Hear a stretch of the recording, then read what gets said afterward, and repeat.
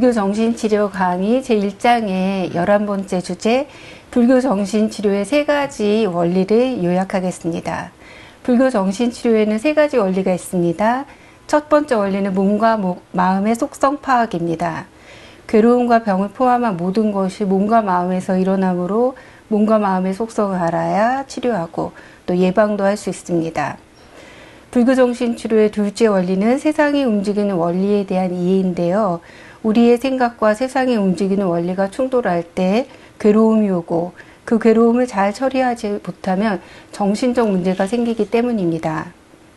세 번째 원리는 세상과 자신을 있는 그대로 보는 지혜의 개발입니다. 불교 정신치료의 목표는 세상과 자기 자신을 정확하게 보도록 하여 자신만의 생각이 아닌 세상과 통하는 지혜로 살아가도록 돕는 것입니다. 질문 드릴게요. 네. 이 첫 번째 질문인데요. 원래 이제 이 심리치료나 상담이라는 것이 개별 인간한테 관심이 있고 내면에 이제 관심을 많이 두잖아요.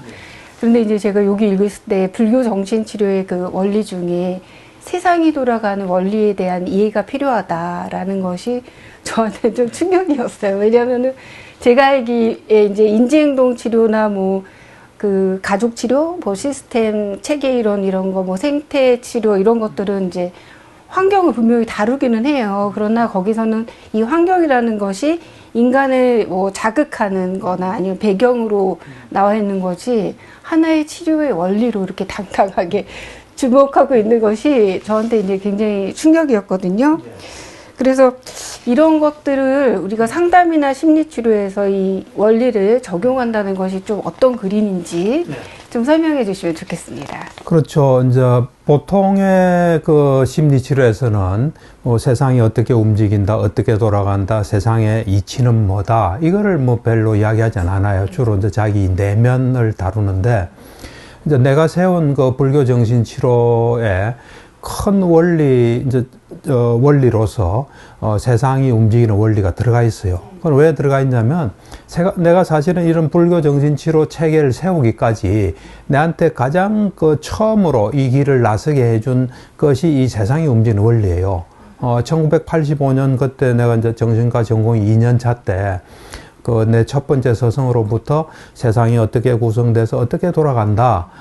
이럴 때, 세상을 내가 이해하게 됐어요. 이제 그전에는 세상이 어떻게 돌아가는지 모르니까 예측도 안 되고, 또 세상에 대해서 잘못된 생각을 할 수 있는데, 그걸 알고 나니까, 세상이 이렇게 돌아가구나. 이렇게 돌아간 여기에 맞게 살아야지. 그렇지 않으면 나한테 괴로움이 오구나. 하면서 이제 그걸 터득하고 내 생활이 많이 편해졌어요. 그러면서 우리 환자도 이거를 잘 이해하고 자기 생활 속에서 실천하면 큰 도움이 되겠다 하면서 처음에는 그 세상이 움직이는 원리, 이제 불교로는 업설이죠. 내가 이제 세상의 이치, 세상이 움직이는 원리인데 그걸 가지고 치료를 많이 했어요. 특히 이제 정신과 전문의 따고 군의관 생활할 때는 그거로서 해보니까 효과가 좋더라고요. 그러니까 그거는 분명히 도움이 돼요. 왜 도움이 되냐면 정신적인 문제를 가진 사람들이 잘 보면은 괴로움이 먼저 생겨요. 사람이 괴롭지 않고 잘 나가고 인생의 황금기를 살 때 절대로 정신적인 문제는 생기지 않아요. 정신적인 문제를 생긴 과정을 잘 보면은 일단 살아가면서 뭔가 어려움에 부딪히고 잘 안 풀리고 앞이 안 보이고 괴로움이 있고 이제 그럴 때 그럴 때 이제 자기가 어떤 올바른 방법을 쓰고 노력하고 올바른 노력을 하고 해서 헤쳐나가든지 안 그러면 그것을 헤쳐나가는데 도움이 될 다른 사람의 도움을 받든지 그러지 못하고 혼자서 막 이상한 방향으로 끙끙 매면서 문제를 더 악화시켜서 정신적인 문제가 생겨요. 그 말은 괴로움이 먼저 있다는 거예요. 그래서 괴로움이 없게 되면 정신적인 문제는 안 생겨요. 근데 괴로움은 어디서 오냐면 크게 보면 내 내부로부터 올 수도 있어요. 외부로부터 올 수 있어요. 그래서 어찌 보면 불교 정신치료란 거는 괴로움이 발붙일 수 없는 시스템이에요, 사실은. 내부에서 오는 거는 내 몸과 마음을 잘 알아서 그에 맞게 하는 거고, 외부에서 오는 거는 세상이 어떻게 돌아가는지 잘 알아서 거기서 괴로움이 생기지 않도록 하는 거예요. 이제 그런 측면에서 내가 볼 때는 모든 정신치료는 다 이 세상이 어떻게 움직이는지를 잘 알아야 된다.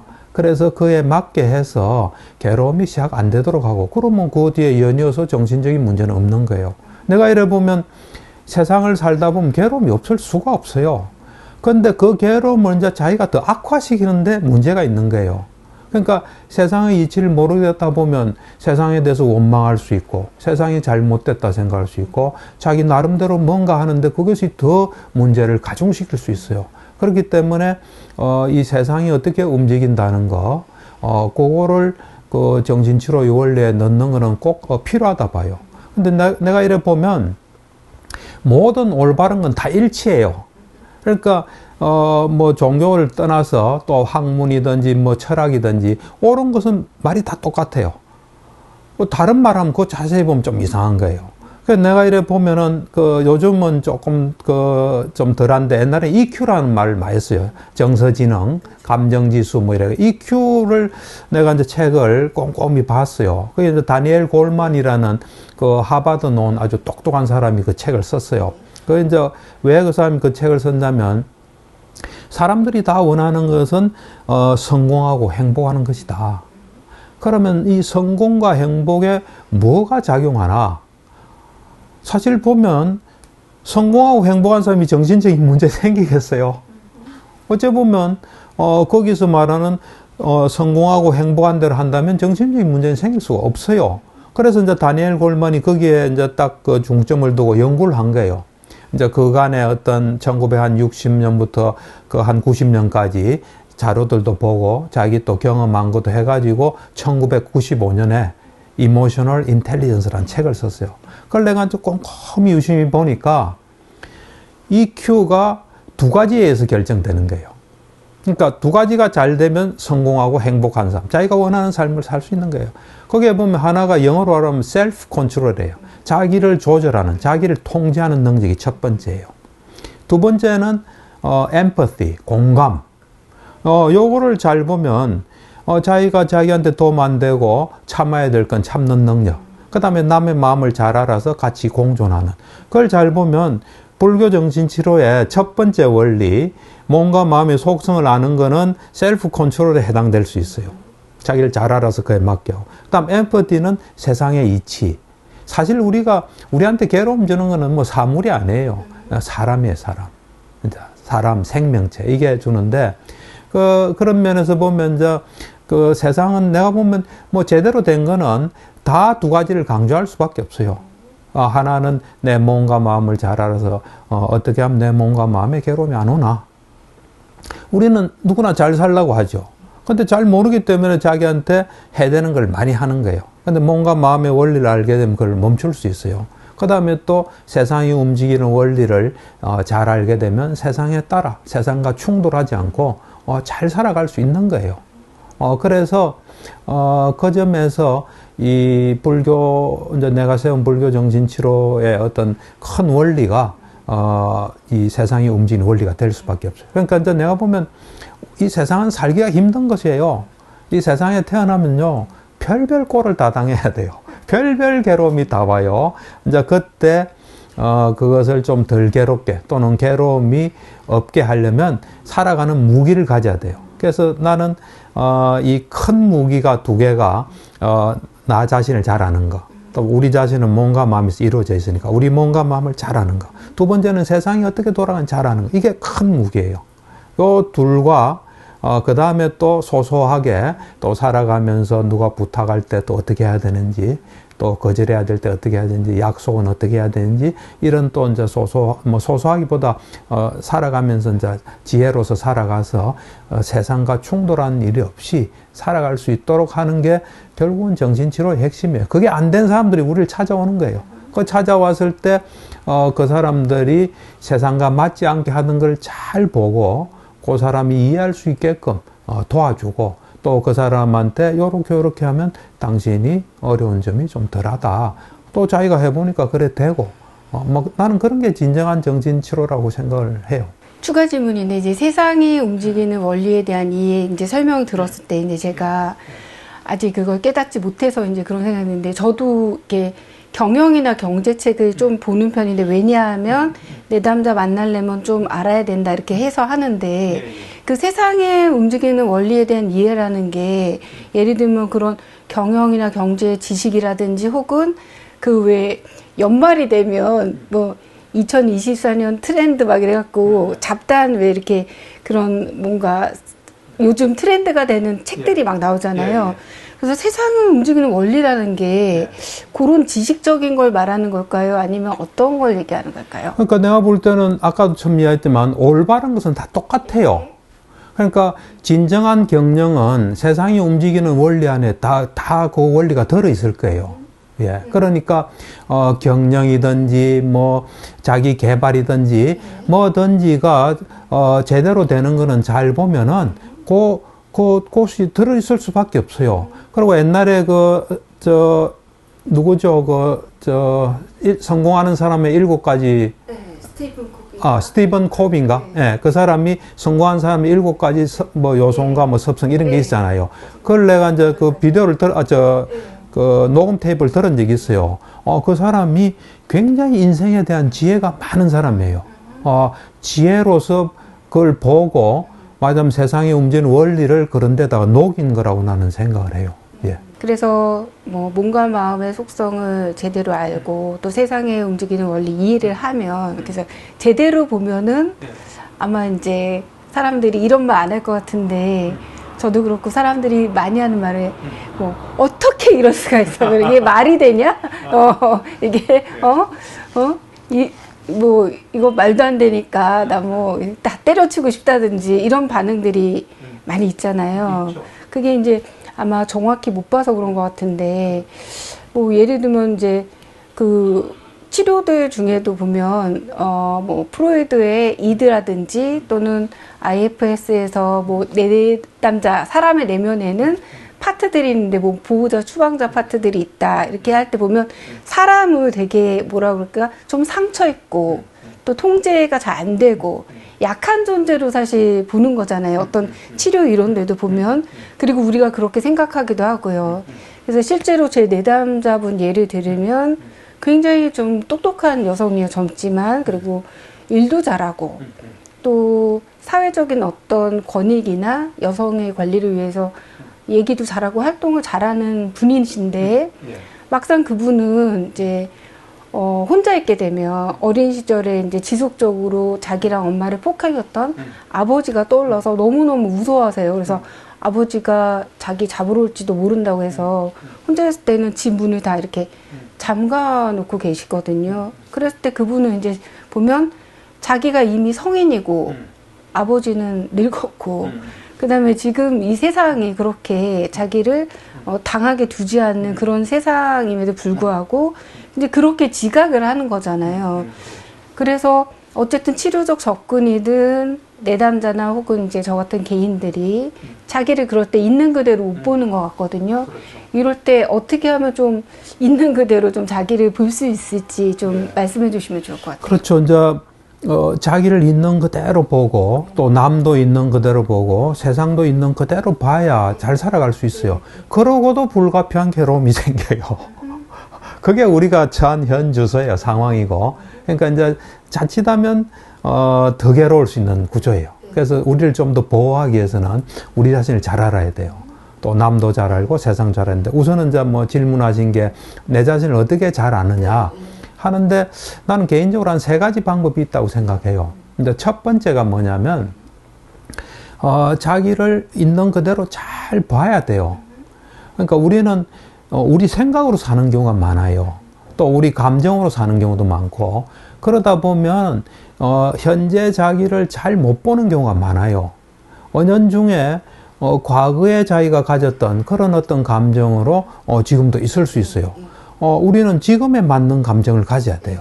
또 지금에 맞는 나를 알아야 되고. 그러니까 제일 중요한 거는 지금 현재 나에 맞는 나를 정확하게 아는 노력을 해야 돼. 일단 그 노력을 해야 돼. 해야 되겠다는 생각을 가져야 돼요. 안 그러면 그냥 옛날 생각처럼 하게 돼요.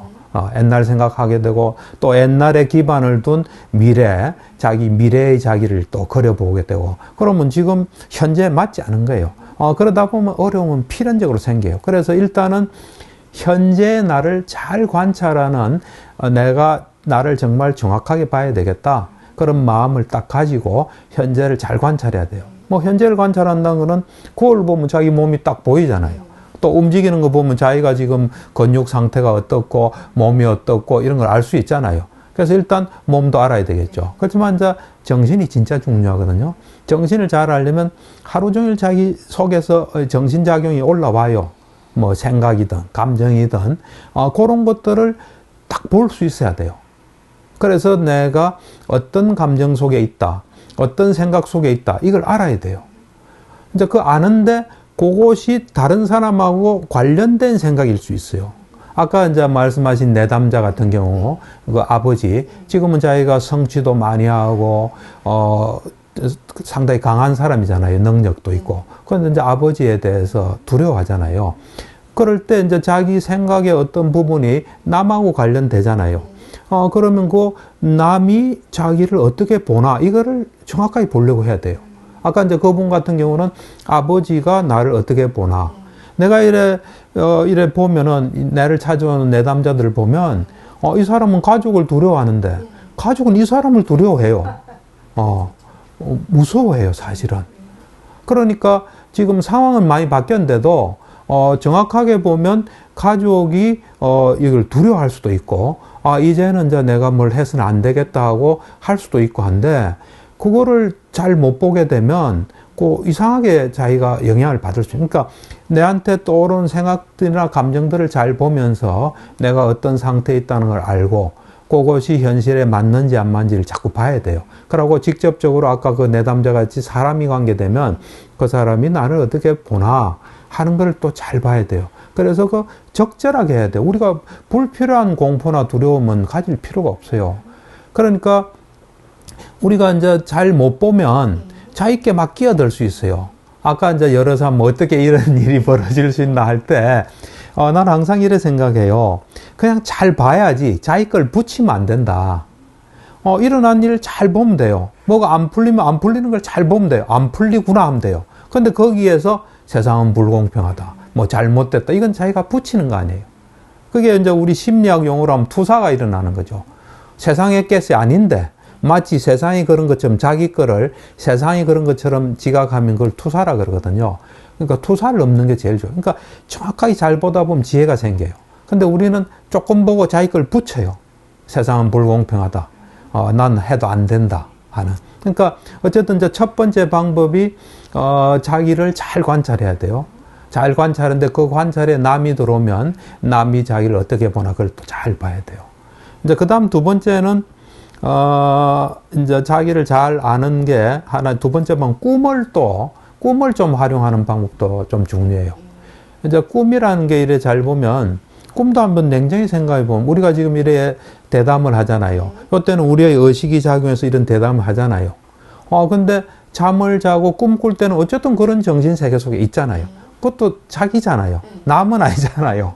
어쨌든 자기의 어떤 면이 드러난 거예요. 그래서 그 꿈을 통해서 내 자신의 이런 요소가 있구나 하는 걸 좀 배우고 거기서 또 깨어 있을 때 작업을 한다면, 그러니까 이제 꿈은 좀 이런 속성이 있어요. 약간 정폭시키는 게 좀 있어요. 예를 들어서 내가 어떤 사람을 만났는데 좀 기분이 나빠요.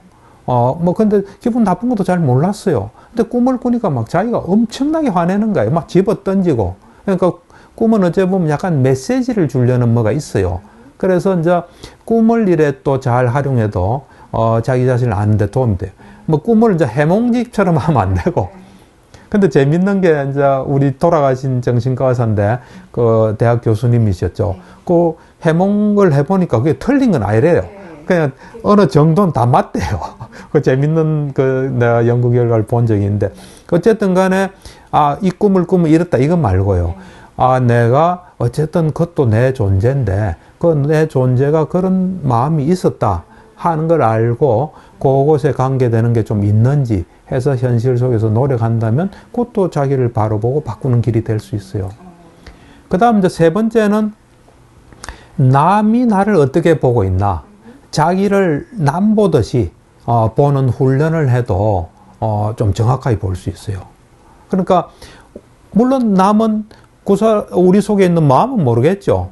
그렇지만 이렇게 탁 보면 감지가 되는 게 있어요. 그 사람은 지금 나의 과거도 보지 않고 미래도 안 봐요. 현재를 나를 탁 보면서 탁 감지되는 게 있어요. 그것도 나는 굉장히 소중하다 봐요. 그래서 자기를 남 보듯이, 남이 자기를 보듯이 자기를 자기 보는 훈련을 계속 해도, 그러거나 안 그러면 이제 직접적으로 자기를 잘 아는 사람한테 나 어떤 사람인 것 같아, 내가 어떻게 나를 어떻게 생각해 물어보면 그 사람이 말하는 것도 굉장히 도움이 될 수 있어요. 우리는 우리의 어떤 부분에 좀 집착하는 경우가 있어요. 예를 들면 강연을 잘했어요. 근데 어떤 부분에서 자기가 생각한 대로 안 해서 오늘 강연 잘못했지만 남이 볼 때는 엄청 잘하는 거예요. 그리고 또 우리가 이 발표 불안 있는 분들도 보면 발표 불안이 있다는데 녹음해 보면은 별로 불안이 없이 잘하는 경우도 많거든요. 그리고 내가 참 이래 살아오면서 느끼는 게 뭐냐면 자기는 잘 못해요. 자기 생활은 엉망이에요. 그렇지만 누가 물어보면 딱 정답을 이야기해요. 보는 건 정확한 거예요. 근데 우리는 우리한테 집착해 있기 때문에 그거 중심으로 보는 게 좀 있어요. 근데 다른 사람들은 전체적으로 보잖아요. 그러니까 남을 잘 활용해도 내가 어떤 존재다, 이걸 또 잘 알 수 있어요. 그러니까 어째 보면 내가 나를 잘 아는데 가장 장애 요인이에요. 그 장애 요인을 이제 극복하면서 정확하게 있는 그대로 보려고 자꾸 하면 나를 있는 그대로 볼 수 있죠. 이거 이제 앞으로 나아갈 것에 대한 이야기인데, 사실 이 장이 굉장히 중요하잖아요. 불교 정신치료 3가지 원리가 있는데, 이제 이것이 뼈와 살이 붙어야 되는 그런 이제 기본 원리인 것 같아요. 그래서 하나의 어떤 치료적 접근, 이론과 실제가 이제 성립이 되려면은 그 사람에 대한 관점이나 환경에 대한 관점, 그리고 왜 문제가 어떻게 일어난지, 어떻게 해결될 수 있는지도 좀 있어야 되고, 그리고 그걸 해결할 때 치료자는 어떤 역할을 하고 내담자는 어떤 경험을 할 것인가에 대한 그런 원리가 있어야 되잖아요. 그리고 또 이 치료를 하는 치료자를 훈련시키는 인상 감독이나 어떤 실습 체계도 필요한데, 이제 그런 것들이 다 어떤 우리 불교정신 치료의 이제 매뉴얼에 어떤 담길 내용들인데, 그런 부분들에 대해서 지금 생각하고 계신 게 있으신지 좀 듣고 싶습니다. 그렇죠. 생각은 많이 하죠. 근데 이제 사실 이게 이제 불교하고 정신치료를 연결시키는 작업은 오랫동안 있었어요. 이제 있었고, 그래서 이제 많은 사람들이 일을 했어요. 근데 이제 내가 세운 체계는 초기 불교에 입각한 거예요. 초기 불교의 어떤 공부와 수행을 통해서 부처님의 어떤 지혜를 배워서 그걸 해보니까 다른 심리 치료보다, 정신 치료보다 이게 훨씬 우수하다. 그리고 다른 심리 치료에 도움을 받을 필요 없이 이것으로 충분히 사람을 치료할 수 있다. 이제 이런 결론에 도달해서 세운 거기 때문에, 이건 어째 보면 불교라는 큰 영역 중에서도 좀 어떤 한 부분인 거죠. 왜냐하면 불교는 초기 불교도 있지만 대성불교도 있고 티베트 불교도 있잖아요. 또 대성불교는 여러 가지가 있잖아요. 선불교도 있고 또 다라니 이런 여러 가지 있잖아요. 있기 때문에 어째 보면 좀 불교 중에서도 좀 세분화된 어떤 치료다, 이래 볼 수가 있어요. 그러니까 이제 이게 사실은 이제 내가 1985년에 처음에 이 불교가 정신치료적인 무슨 효용성을 가지고 있다부터 시작해서 나름대로 이제 공부하고 수행해서 2014년에 괴로움이 없어지면서 2개가 이렇게 붙더라고요. 그래서 내 나름대로 이제 체계를 세운 거예요. 그러니까 어째 보면 2014년이니까 지금 9년밖에 안 됐죠. 그러니까 어떤 그 다른 정신치료 학파들 이래 볼 때 그 역사에 비하면 굉장히 짧은 거죠. 그래서 지금 한계가 있는 거예요. 근데 이제 이 불교라는 큰 틀에서 그 학회를 만든 거는 2007년이에요. 이제 그때 내가 이런 이제 치료법을 개발하기 전에 좀 도움도 받고 또 동료들하고 같이 연구하기 위해서 불교 정신치료 한국불교심리치료학회라는 걸 만들었죠. 그래서 이제 노력들을 했죠. 그것이 내가 지금 이런 체계를 세운 데도 많은 도움을 줬죠. 이제 그거하고는 좀 달리 지금 질문하시는 게 이제 몸과 마음의 속성을 알고 세상이 움직이는 원리, 또 세세한 지혜들, 이런 것에 포커스를 둔 거라면 이제 그 전체적인 어떤 불교적인 틀하고는 조금 다른 거죠. 요런 것이 이제 체계를 이제 어떻게 세우고 또 어떻게 훈련하고 하는 것에 대한 질문인 것 같아요. 이제 그런 걸 이야기하기 전에 이제 모든 그 정신치료 학파들이 있어요. 이제 뭐 프로이드의 정신분석, 융의 분석 심리학 뭐 다 있거든요. 그 보면 그 트레이닝 시스템이 세 가지로 구성되어 있어요. 거의 뭐 이래 보면 하나는 이제 교육 분석이 있어요. 트레이닝 애널리시스를 해서 교육 분석이 하나 있고, 그다음 슈퍼비전을 해서 이 교육 분석을 받은 사람들이 나중에 자기 사례를 치료하면서 지도받는 게 있어요. 그 다음에 이제 세미나 참석, 뭐 세미나 참석은 사례 발표도 들어있고 많이 들어있겠죠. 요 세 개로 구성되어 있어요. 근데 요 세 개를 하는 이유는 뭐냐면, 첫 번째 교육 분석이라는 거는 이제 창시자한테 보통 분석을 받죠. 해서 그분이 인간을 어떻게 보고 또 문제를 어떻게 보고 어떻게 문제를 해결하는지 자기가 이제 환자나 내담자가 돼서 그걸 경험하는 거예요. 예. 그걸 이제 체화하는 거죠. 어째 보면. 그게 이제 어느 정도 충분히 되면, 이제 물론 이제 프로이드 있을 당시에는 프로이드한테 받았겠죠. 그다음 프로이드가 이제 돌아가시고 지금은 이제 프로이드한테 받은 사람한테 또 받는 거죠. 앞으로는 또 뭐 이래 되겠죠. 그다음 이제 슈퍼비전은 보통 보면 이제 교육 분석을 한 몇 년, 한 3년 뭐 이래 받고 나면 그다음에 당신도 이제 사례를 가지고 치료해서 그걸 지도받으라. 이래가 슈퍼비전이 시작돼요. 그러니까 이제 슈퍼비전을 받는 이유는 크게 두 가지예요. 하나는 내가 분석을 받고 노력했지만 내 문제가 해결 안 됐을 수 있어요. 그것이 치료에 드러날 수가 있어요. 그럼 이제 그거를 지적받고, 자기가 그런 줄 모를 수 있거든요. 그러니까 지적받고 고치는 거예요. 어찌 보면 치료의 연장일 수도 있는 거죠. 그런 측면이 이제 사례 지도에는 하나 들어있고, 또 하나는 뭐냐면 자기 문제는 들어있지 않은데 자기가 경험이 부족하다 보니까 어떻게 해야 될지 잘 모르고 또 시행착오를 하는 경우도 있잖아요. 그럴 때 이제 경험이 많은 사람이 요렇게 좀 해봐라, 저렇게 해라 해서 그 경험으로부터 배우는 그런 게 있어요. 그래서 이제 이 사례 지도는 이제 보통 보면 뭐 개인적으로 받기도 하고 그룹으로 받기도 하고, 또 서양엔 보면 이게 교육 분석도 여러 사람한테 받기도 해요. 그 어떤 책은 보면은 나의 분석가들에가 프로이드 누구 이렇게 세 사람 쓴 게 있어요.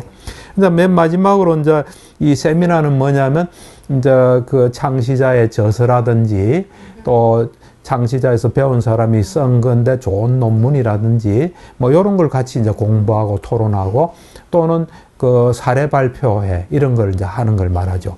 그래서 나는 기본적으로 이 내가 세운 불교 정신치료 책에도 이거를 포함해야 된다고 생각해요. 그래서 뭐 가능하면 뭐 내한테 분석을 받으면 좋겠죠. 지금도 좀 받는 사람들이 있어요. 그래서 실제로 받아보면 다른 치료하고 좀 다른 점도 있을 수 있고, 이것이 내한테 어떻게 도움이 된다. 이제 아이가 좀 충분히 알아야 남한테 쓸 수가 있어요. 그래서 교육 분석을 좀 이제 받는 방법이 있을 수 있고, 두 번째는 이제 자기가 사례를 이제 했는데 그걸 가지고 사례 지도를 받을 수도 있겠죠. 그리고 지금은 이제 뭐 이 초기 불교 정신치료 이것에 대한 뭐 연구소는 없어요.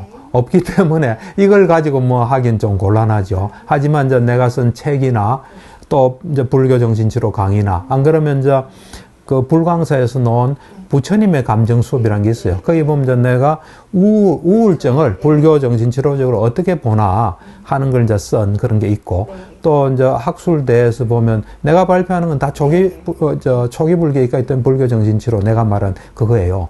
이제 그거를 자꾸 들을 수도 있고, 이제 그러다가 뭐 언젠가 때가 되면 어떤 뭐 이런 조직이 생기겠죠. 조직이 생기면 거기서 이제 세미나도 하고 또 사례 발표도 하고 뭐 여러 가지 뭐가 생기겠죠. 그러니까 이게 보면은 이 중요한 거는 뭐냐면 이 이제 불교 정신치료다.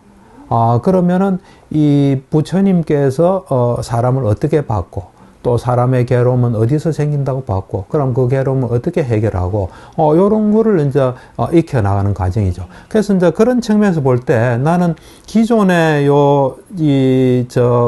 일반적인 그 정신치료 학파에 플러스 돼야 될 게 하나 있다고 봐요. 요 하나 부분이 이제 수행 부분이에요. 이제 하나는, 그러니까, 이제 어쩌면 뭐 하나도 요거하고 같을 수도 있어요. 그러니까 창시자의 그 어떤 가르침을 배우는 거죠. 그러니까 내가 하는 같은 경우는 초기 니까야를 읽는 거죠. 니까야. 이 불교 정신치료를 만든 사람은 부처님이니까 부처님의 말씀, 프로이드 학파 보면은 프로이드 그 전집 24권이 있어요. 그 계속 공부해요. 내 군의관 때 같이 있는 군의관이 정신분석 그 학파에 소속해 보면 맨날 그거 공부하더라고. 그렇듯이 이제 우리는 뭐 내가 쓴 것도 뭐 할 수 있고 또 다른 동료가 또 뭐 쓰는 것도 같이 공부할 수 있고 그러면서 니까야든지 부처님이 쓴 경률론 3장 그걸 이제 공부할 수도 있겠죠. 공부할 수 있고 그걸 자기 거로 충분히 이해하고 자기 경험으로 녹여내는 그런 거 하면서 그다음 이제 생활 속에서 수행을 해야 되죠. 이제 수행은 크게 보면 이제 이 현재 집중하는 거. 내 속에서 지금 어떤 게 일어나는 걸 그대로 보는 거. 생각나면 생각도 현재예요. 그렇지만 생각은 따라가지 않고 그냥 이런 생각이 났구나 하고 현재 집중하는 거. 이제 그 다음에 생활하다가 좀 생활에 여유가 있으면 수행체에 가서 뭐 2박 3일이든 일주일이든 그걸 통해서 그 뭐 사티 수행, 마인드풀니스 수행을 할 수도 있고 또 저 삼매를 얻는 그런 수행도 할 수도 있고. 이제 그래서 그 수행의 경험, 이것도 불교 정신치료에서는 서로 세미나에서 충분히 논의될 수 있고 그런 시간을 가지는 거. 나중에 뭐 이래 그 자격증이 나갈 때는 보면은 뭐 수행 그것도 시간수가 들어갈 수도 있죠. 왜냐면 불교 정신치료는 부처님의 가르침을 체화하는 게 명상이기 때문에 불교 명상 또는 명상이기 때문에 그 시간은 필연적으로 하고 우선 자기가 모든 괴로움으로부터 해결이 돼야 돼요. 그러니까 심지어는 죽음까지 해결할 수 있어야 돼요. 그래서 내가 길은 다 알려줄 수 있어야 돼요. 가고 안 가고는 뭐 그 사람의 역량도 있고 그 사람이 하고 나는 이까지 하면 됐습니다. 하면 그 이상 어쩔 수 없지만 길은 왜냐면 부처님 우리의 불교 정신치료의 창시자인 부처님은 길을 다 제시했으니까 모든 괴로움은 완벽히 해결할 수 있다. 그게 멸성제예요. 했기 때문에 우리도 가능하면 내 체험을 통해서든 그냥 공부를 통해서든 이거는 분명한 확실한 것이다 하고 믿고 하고 그 질문이 오면 이렇게 돼 있다. 당신도 하게 되면 이걸 알 수 있다 하는 뭐 그런 것이 돼야 되기 때문에 약간은 또 다른 가구는 다른 치료학파하고는 좀 다른 걸 떼고 이제 자연히 뭐 이래 진행되겠죠.